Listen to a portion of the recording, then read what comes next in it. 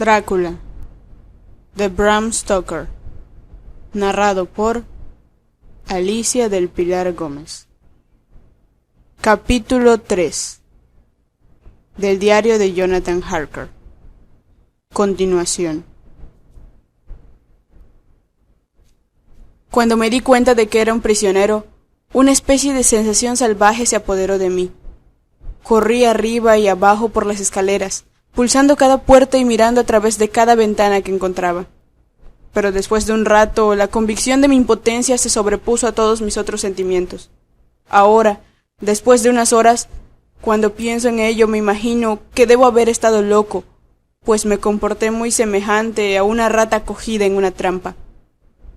Sin embargo, cuando tuve la convicción de que era impotente, me senté tranquilamente, tan tranquilamente como jamás lo he hecho en mi vida, y comencé a pensar qué era lo mejor que podía hacer. De una cosa sí estoy seguro, que no tiene sentido dar a conocer mis ideas al conde. Él sabe perfectamente que estoy atrapado, y como él mismo es quien lo ha hecho, e indudablemente tiene sus motivos para ello, si le confieso completamente mi situación, solo tratará de engañarme.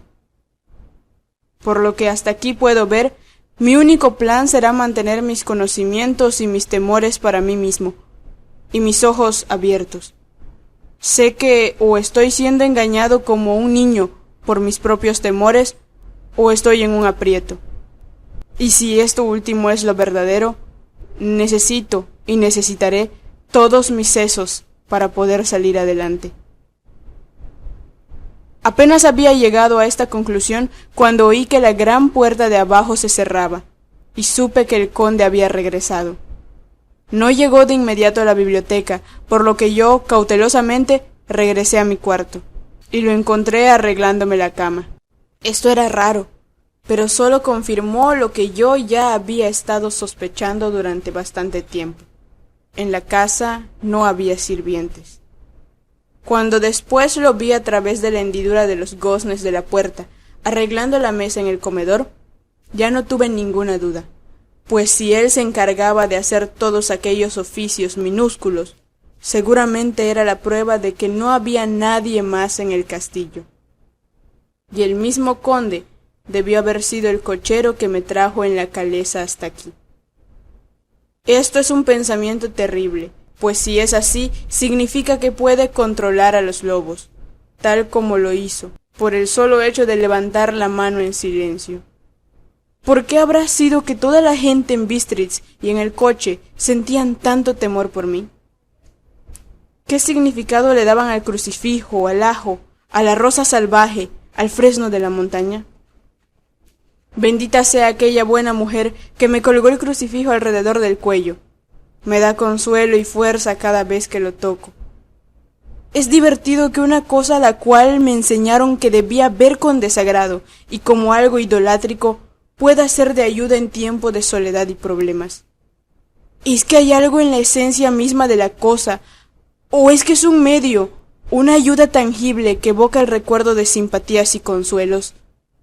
Puede ser que alguna vez deba examinar este asunto y tratar de decirme acerca de él. Mientras tanto, debo averiguar todo lo que pueda sobre el conde Drácula, pues eso me puede ayudar a comprender. Esta noche lo haré que hable sobre él mismo, volteando la conversación en esa dirección. Sin embargo, debo ser muy cuidadoso para no despertar sus sospechas. Medianoche. He tenido una larga conversación con el conde. Le hice unas cuantas preguntas acerca de la historia de Transilvania, y él me respondió al tema en forma maravillosa. Al hablar de cosas y personas, y especialmente de batallas, habló como si hubiese estado presente en todas ellas. Esto me lo explicó posteriormente diciendo que para un boyar el orgullo de su casa y su nombre es su propio orgullo, que la gloria de ellos es su propia gloria, que el destino de ellos es su propio destino. Siempre que habló de su casa, se refería a ella diciendo nosotros, y casi todo el tiempo habló en plural, tal como hablan los reyes. Me gustaría poder escribir aquí exactamente todo lo que él dijo, pues para mí resulta extremadamente fascinante. Parecía estar ahí toda la historia del país. A medida que hablaba, se fue excitando, y se paseó por el cuarto tirando de sus grandes bigotes blancos y sujetando todo lo que tenía en sus manos, como si fuese a estrujarlo a pura fuerza. Dijo una cosa que trataré de describir lo más exactamente posible que pueda, pues, a su manera, en ella está narrada toda la historia de su raza. Nosotros los ezequelios tenemos derecho a estar orgullosos, pues por nuestras venas circula la sangre de muchas razas bravías que pelearon como pelean los leones por su señorío. Aquí, en el torbellino de las razas europeas, la tribu Ugric trajo desde Islandia el espíritu de lucha que Thor y Odín les habían dado, y cuyos berserkers demostraron tan clara e intensamente en las costas de Europa. ¿Qué digo? Y de Asia y de África también. Que la misma gente creyó que habían llegado los propios hombres lobos. Aquí también, cuando llegaron, encontraron a los hunos, cuya furia guerrera había barrido la tierra como una llama viviente, de tal manera que la gente moribunda creía que en sus venas corría la sangre de aquellas brujas antiguas, quienes expulsadas de Seitia se acoplaron con los diablos en el desierto. ¡Tontos, tontos! ¿Qué diablo o qué bruja ha sido alguna vez tan grande como Atila, cuya sangre está en estas venas? Dijo, levantando sus brazos. Puede ser extraño que nosotros seamos una raza conquistadora, que seamos orgullosos, que cuando los magiares, los lombardos, los avares, los búlgaros o los turcos se lanzaron por miles sobre nuestras fronteras, nosotros los hayamos rechazado. Es extraño que cuando Arpad y sus legiones se desparramaron por toda la patria húngara, nos encontraran aquí, al llegar a la frontera, que el Onfuglalas se completara aquí. Y cuando la inundación húngara se desplazó hacia el este, los ezequelios fueron proclamados parientes por los misteriosos magiares, y fue a nosotros durante siglos que se nos confió la guardia de la frontera de Turquía. Hay más que eso todavía, el interminable deber de la guardia de la frontera, pues como dicen los turcos, el agua duerme y el enemigo vela. ¿Quién más feliz que nosotros entre las 4 naciones recibió la espada ensangrentada o corrió más rápidamente al lado del rey cuando éste lanzaba su grito de guerra? ¿Cuándo fue redimida la gran vergüenza de la nación, la vergüenza de Casova, cuando las banderas de los valacos y de los magiares cayeron abatidas bajo la creciente? ¿Quién fue sino uno de mi propia raza, que bajo el nombre de Voivode cruzó el Danubio y batió a los turcos en su propia tierra? Este era indudablemente un Drácula. ¿Quién fue aquel que a su propio hermano indigno, cuando hubo caído, vendió a su gente a los turcos y trajo sobre ellos la vergüenza de la esclavitud? No fue, pues, este Drácula, quien inspiró a aquel otro de su raza, que en edades posteriores llevó una y otra vez a sus fuerzas sobre el gran río y dentro de Turquía, que, cuando era derrotado, regresaba una y otra vez, aunque tuviera que ir solo al sangriento campo donde sus tropas estaban siendo mortalmente destrozadas, porque sabía que solo él podía garantizar el triunfo. Dicen que él solo pensaba en él mismo. ¡Bah! ¿De qué sirven los campesinos sin un jefe? ¿En qué termina una guerra que no tiene un cerebro y un corazón que la dirija? Más todavía, cuando, después de la batalla de Mohacs, nos sacudimos el yugo húngaro, nosotros, los de sangre Drácula, estábamos entre sus dirigentes, pues nuestro espíritu no podía soportar que no fuésemos libres. Ah, joven amigo, los ezequelios, y los Drácula como la sangre de su corazón, su cerebro y sus espadas, pueden enorgullecerse de una tradición que los retoños de los hongos como los Habsburgo y los Romanov nunca pueden alcanzar. Los días de guerra ya terminaron. La sangre es una cosa demasiado preciosa en estos días de paz deshonorable, y las glorias de las grandes razas son como un cuento que se narra. Para aquel tiempo ya se estaba acercando la mañana, y nos fuimos a acostar. Reg, este diario parece tan horrible como el comienzo de las noches árabes, pues todo tiene que suspenderse al cantar el gallo, o como el fantasma del padre de Hamlet. 12 de mayo. Permítaseme comenzar con hechos, con meros y escuetos hechos, verificados con libros y números, y de los cuales no puede haber duda alguna. No debo confundirlos con experiencias que tendrán que descansar en mi propia observación, o en mi memoria de ellas. Anoche, cuando el conde llegó de su cuarto, comenzó por hacerme preguntas de asuntos legales y en la manera en que se tramitaban cierta clase de negocios. Había pasado el día fatigadamente sobre libros y simplemente para mantener mi mente ocupada, comencé a reflexionar sobre algunas cosas que había estado examinando en la posada de Lincoln. Hay un cierto método en las pesquisas del conde, de tal manera que trataré de ponerlas en su orden de sucesión. El conocimiento puede de alguna forma y alguna vez serme útil. Primero me preguntó si un hombre en Inglaterra puede tener 2 procuradores o más. Le dije que si deseaba, podía tener una docena, pero que no sería oportuno tener más de un procurador empleado en una transacción, debido a que solo podía actuar uno cada vez, y que estarlos cambiando sería seguro actuar en contra de su interés.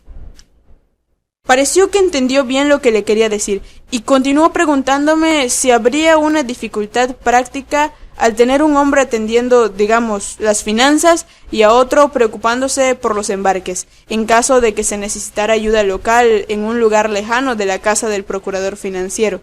Yo le pedí que me explicara más completamente, de tal manera que no hubiera oportunidad de que yo pudiera darle un juicio erróneo. Entonces dijo: pondré un ejemplo. Su amigo y mío, el señor Peter Hawkins, desde la sombra de su bella catedral en Exeter, que queda bastante retirada de Londres, compra para mí a través de sus buenos oficios una propiedad en Londres. Muy bien, ahora déjeme decirle francamente, a menos que usted piense que es muy extraño que yo haya solicitado los servicios de alguien tan lejos de Londres, en lugar de otra persona residente ahí, que mi único motivo fue que ningún interés local fuese servido excepto mis propios deseos. Y como alguien residiendo en Londres pudiera tener tal vez algún propósito para sí o para amigos a quienes sirve, busqué a mi agente en la campiña, cuyos trabajos solo serían para mi interés. Ahora, supongamos, yo, que tengo muchos asuntos pendientes, deseo embarcar algunas cosas, digamos a Newcastle, o Durham, o Harwich, o Dover. ¿No podría ser que fuese más fácil hacerlo consignándolas a uno de estos puertos? Yo le respondí que era seguro que sería más fácil, pero que nosotros los procuradores teníamos un sistema de agencias de unos a otros, de tal manera que el trabajo local podía hacerse localmente bajo instrucción de cualquier procurador, por lo que el cliente, poniéndose simplemente en las manos de un hombre, podía ver que sus deseos se cumplieran sin tomarse más molestias. Pero, dijo él, yo tendría la libertad de dirigirme a mí mismo, ¿no es así? Por supuesto, le repliqué. Y así hacen muchas veces hombres de negocios, quienes no desean que la totalidad de sus asuntos sean conocidos por una sola persona. ¡Magnífico!, exclamó. Y entonces pasó a preguntarme acerca de los medios para enviar cosas en consignación y las formas por las cuales se tenían que pasar, y toda clase de dificultades que pudiesen sobrevenir, pero que pudiesen ser previstas pensándolas de antemano. Le expliqué todas sus preguntas con la mejor de mis habilidades, y ciertamente me dejó bajo la impresión de que hubiese sido un magnífico procurador, pues no había nada que no pensase o previese. Para un hombre que nunca había estado en el país y que evidentemente no se ocupaba mucho en asuntos de negocios, sus conocimientos y perspicacia eran maravillosos. Cuando quedó satisfecho con esos puntos de los cuales había hablado, y yo había verificado todo también con los libros que tenía a mano, se puso repentinamente de pie y dijo: ¿Ha escrito desde su primera carta a nuestro amigo el señor Peter Hawkins o a cualquier otro? Fue con cierta amargura en mi corazón que le respondí que no, ya que hasta entonces no había visto ninguna oportunidad de enviarle cartas a nadie. Entonces escriba ahora, mi joven amigo, me dijo poniendo su pesada mano sobre mi hombro. escriba a nuestro amigo y a cualquier otro, y diga, si le place, que usted se quedará conmigo durante un mes más a partir de hoy. ¿Desea usted que yo me quede tanto tiempo?, le pregunté, pues mi corazón se heló con la idea. Lo deseo mucho. No, más bien, no acepto negativas. Cuando su señor, su patrón, como usted quiera, encargó que alguien viniese en su nombre, se entendió que sólo debían consultarse mis necesidades. Yo no he escatimado, ¿no es así? ¿Qué podía hacer yo sino inclinarme y aceptar? Era el interés del señor Hawkins y no el mío, y yo tenía que pensar en él, no en mí. Y además, el conde Drácula estaba hablando. Había en sus ojos y en sus ademanes algo que me hacía recordar que era su prisionero, y que aunque deseara realmente no tenía dónde escoger. El conde vio su victoria. El conde vio su victoria en mi reverencia y su dominio en la angustia de mi rostro, pues de inmediato comenzó a usar ambos, pero en su propia manera suave e irresistible. Le suplico, mi buen joven amigo, que no hable de otras cosas sino de negocios en sus cartas. Indudablemente que le gustará a sus amigos saber que usted se encuentra bien y que usted está ansioso de regresar a casa con ellos. ¿No es así?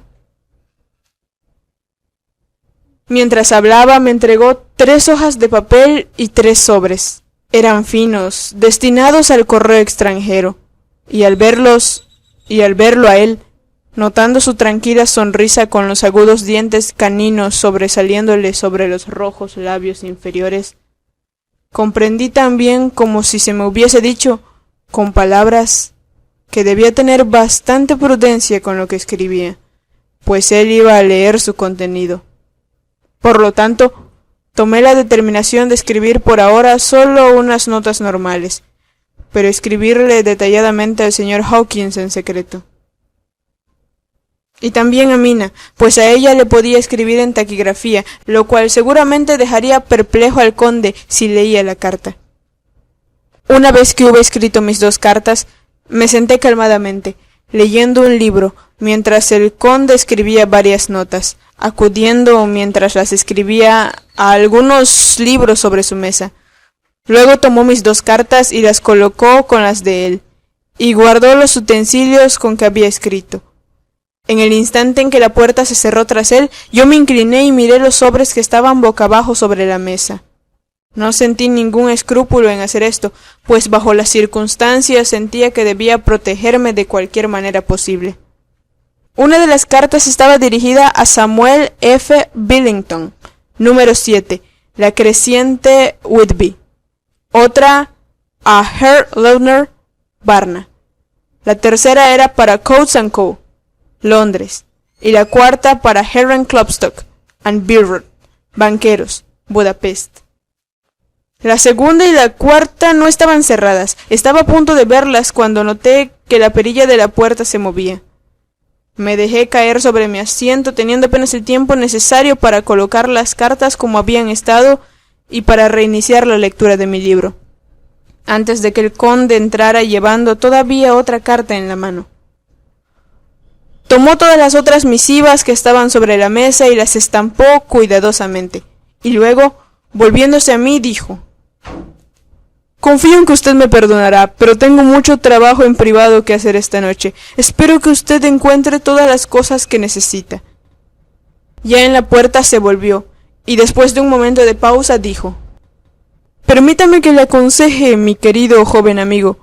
No, permítame que le advierta, con toda seriedad, que en caso de que usted deje estos cuartos por ningún motivo, se quede dormido en cualquier otra parte del castillo. Es viejo y tiene muchas memorias, y hay muchas pesadillas para aquellos que no duermen sabiamente. Se lo advierto. En caso de que el sueño lo dominase, ahora o en otra oportunidad, o esté a punto de dominarlo, regrese deprisa a su propia habitación o a estos cuartos, pues entonces podrá descansar a salvo. Pero no siendo usted cuidadoso a este respecto, entonces Terminó su discurso de una manera horripilante, pues hizo un movimiento con las manos como si se las estuviera lavando. Yo casi le entendí. Mi única duda era de si cualquier sueño pudiera ser más terrible que la red sobrenatural, horrible, de tenebrosidad y misterio que parecía estarse cerrando a mi alrededor. Más tarde. Endoso las últimas palabras escritas, pero esta vez no hay ninguna duda en el asunto. No tendré ningún miedo de dormir en cualquier lugar donde él no esté. He colocado el crucifijo sobre la cabeza de mi cama, porque así me imagino que mi descanso está más libre de pesadillas, y ahí permanecerá.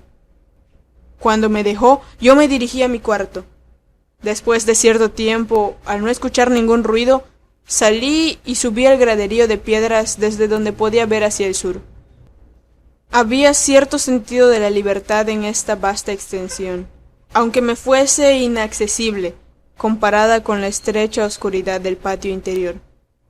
Al mirar hacia afuera, sentí sin ninguna duda que estaba prisionero, y me pareció que necesitaba un respiro de aire fresco, aunque fuese en la noche. Estoy comenzando a sentir que esta existencia nocturna me está afectando, me está destruyendo mis nervios, me asusto de mi propia sombra y estoy lleno de toda clase de terribles imaginaciones. Dios sabe muy bien que hay motivos para mi terrible miedo en este maldito lugar. Miré el bello paisaje, bañado en la tenue luz amarilla de la luna, hasta que casi era como la luz del día. En la suave penumbra las colinas distantes se derretían, y las sombras se perdían en los valles y hondonadas de un negro aterciopelado. La mera belleza pareció alegrarme. Había paz y consuelo en cada respiración que inhalaba. Al reclinarme sobre la ventana, mi ojo fue captado por algo que se movía un piso más abajo, y algo hacia mi izquierda, donde imagino por el orden de las habitaciones que estarían las ventanas del cuarto del propio conde. La ventana en la cual yo me encontraba era alta y profunda, cavada en piedra, y aunque el tiempo y el clima la habían gastado, todavía estaba completa. Pero evidentemente hacía mucho que el marco había desaparecido. Me coloqué detrás del cuadro de piedras y miré atentamente. Lo que vi fue la cabeza del conde saliendo de la ventana.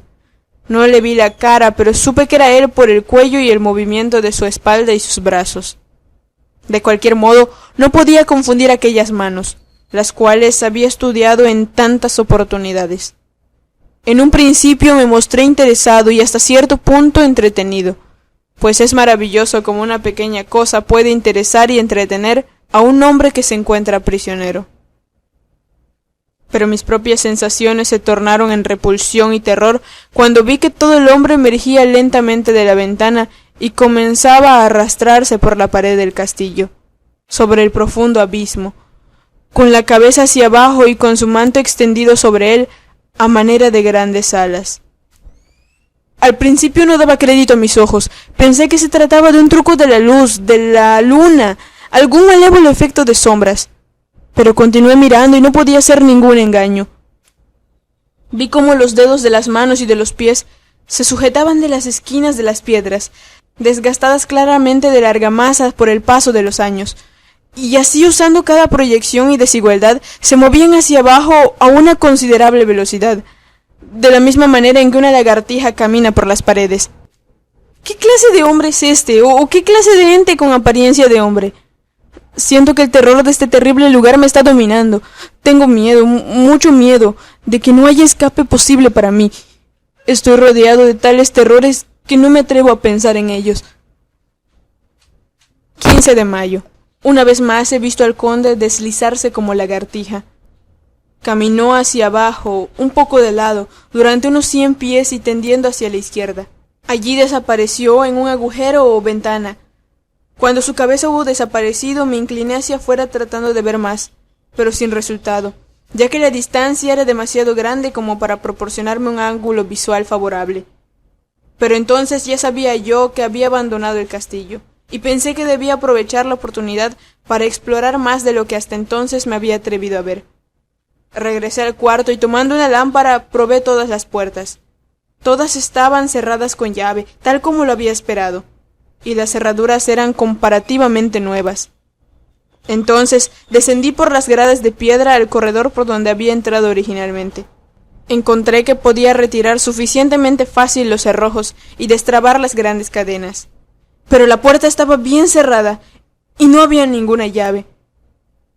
La llave debía estar en el cuarto del conde. Tengo que vigilar en caso de que su puerta esté sin llave, de manera que pueda conseguirla y escaparme. Continué haciendo un minucioso examen de varias escalinatas y pasadizos, y pulsé todas las puertas que estaban ante ellos.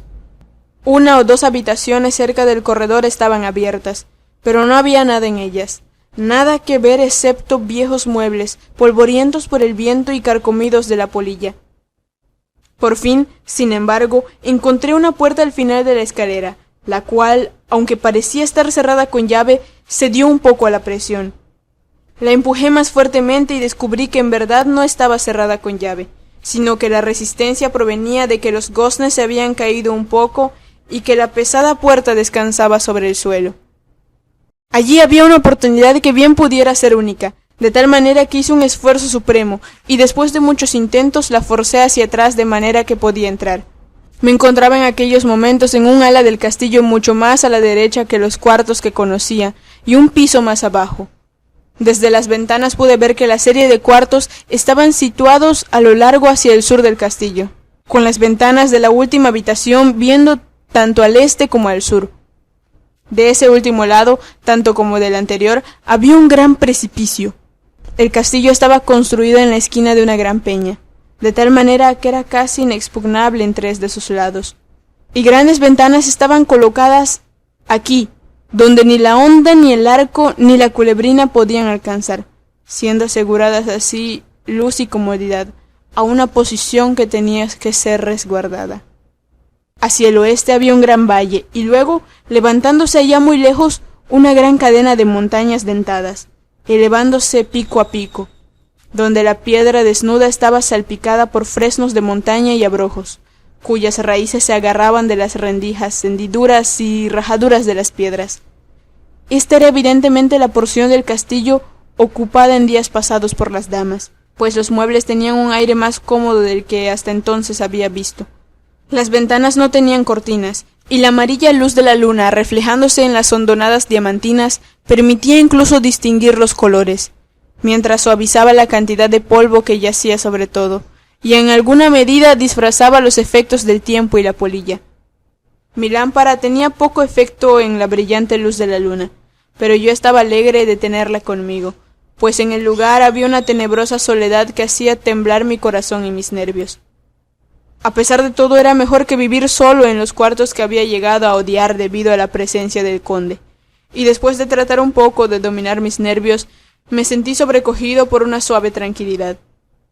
Y aquí me encuentro, sentado en una pequeña mesa de roble donde en tiempos antiguos alguna bella dama solía tomar la pluma, con muchos pensamientos y más rubores, para malescribir su carta de amor, escribiendo en mi diario en taquigrafía todo lo que ha pasado desde que lo cerré por última vez. Es el siglo XIX, muy moderno con toda su alma, y sin embargo, a menos que mis sentidos me engañen, los siglos pasados tuvieron y tienen poderes peculiares de ellos, que la mera modernidad no puede matar. Más tarde, mañana del 16 de mayo. Dios me preserve cuerdo, pues a esto estoy reducido. Seguridad y confianza en la seguridad son cosas del pasado. Mientras yo viva aquí, solo hay una cosa que desear, y es que no me vuelva loco. Si de hecho no estoy loco ya. Si estoy cuerdo, entonces es desde luego enloquecedor pensar que de todas las cosas podridas que se arrastran en este odioso lugar, el conde es la menos tenebrosa para mí.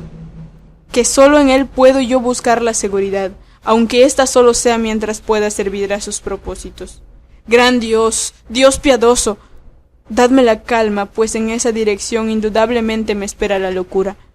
Empiezo a ver nuevas luces sobre ciertas cosas que antes me tenían perplejo. Hasta ahora no sabía verdaderamente lo que quería dar a entender Shakespeare cuando hizo que Hamlet dijera: Mis libretas, pronto, mis libretas. Es imprescindible que lo escriba, etcétera. Pues ahora, sintiendo como si mi cerebro estuviese desquiciado, o como si hubiese llegado el golpe que terminara en su trastorno, me vuelvo a mi diario buscando reposo. El hábito de anotar todo minuciosamente debe ayudarme a tranquilizar. La misteriosa advertencia del conde me asustó, pero más me asusta ahora cuando pienso en ella, pues para lo futuro tiene un terrorífico poder sobre mí. Tendré dudas de todo lo que me diga. Una vez que hube escrito en mi diario y que hube colocado nuevamente la pluma y el libro en el bolsillo, me sentí soñoliento.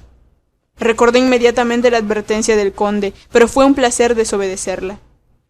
La sensación de sueño me había letargado, y con ella la obstinación que trae el sueño como un forastero. La suave luz de la luna me calmaba, y la vasta extensión afuera me daba una sensación de libertad que me refrescaba. Hice la determinación de no regresar aquella noche a las habitaciones llenas de espantos, sino que dormir aquí, donde, antaño, damas se habían sentado y cantado, y habían vivido dulces vidas, mientras sus suaves pechos se entristecían por los hombres alejados en medio de guerras cruentas. Saqué una amplia cama de su puesto cerca de una esquina, para poder al acostarme mirar el hermoso paisaje al este y al sur, y sin pensar, y sin tener en cuenta el polvo, me dispuse a dormir.